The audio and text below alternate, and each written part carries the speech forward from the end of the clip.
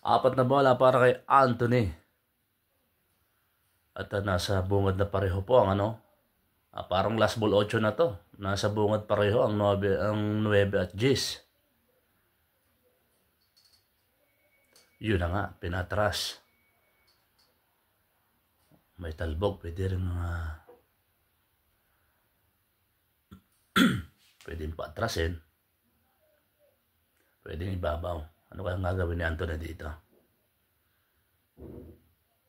Last ball 8 na to pag bumenta sa 9. Nasa butas na kasi lahat ng dalawang bola. Okay.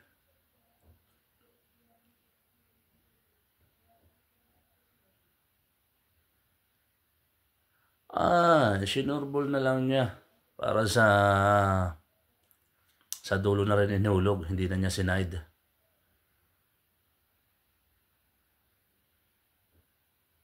Sinigurado na lang niya yung 8 kasi baka lumabas pa o umalog sa butas. Kaya gano'n lang ang ginawa niyang prepare. Last ball 9.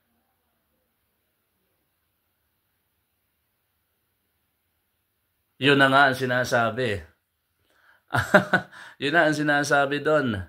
Kaya sinurbol na lang niya doon sa 8 pero dapat side pocket talaga dapat ang prepare doon kung tutusin. Pero yun ang gusto niya. Yun lang, umalog. Ang tira niya. Okay, 9-8 na po.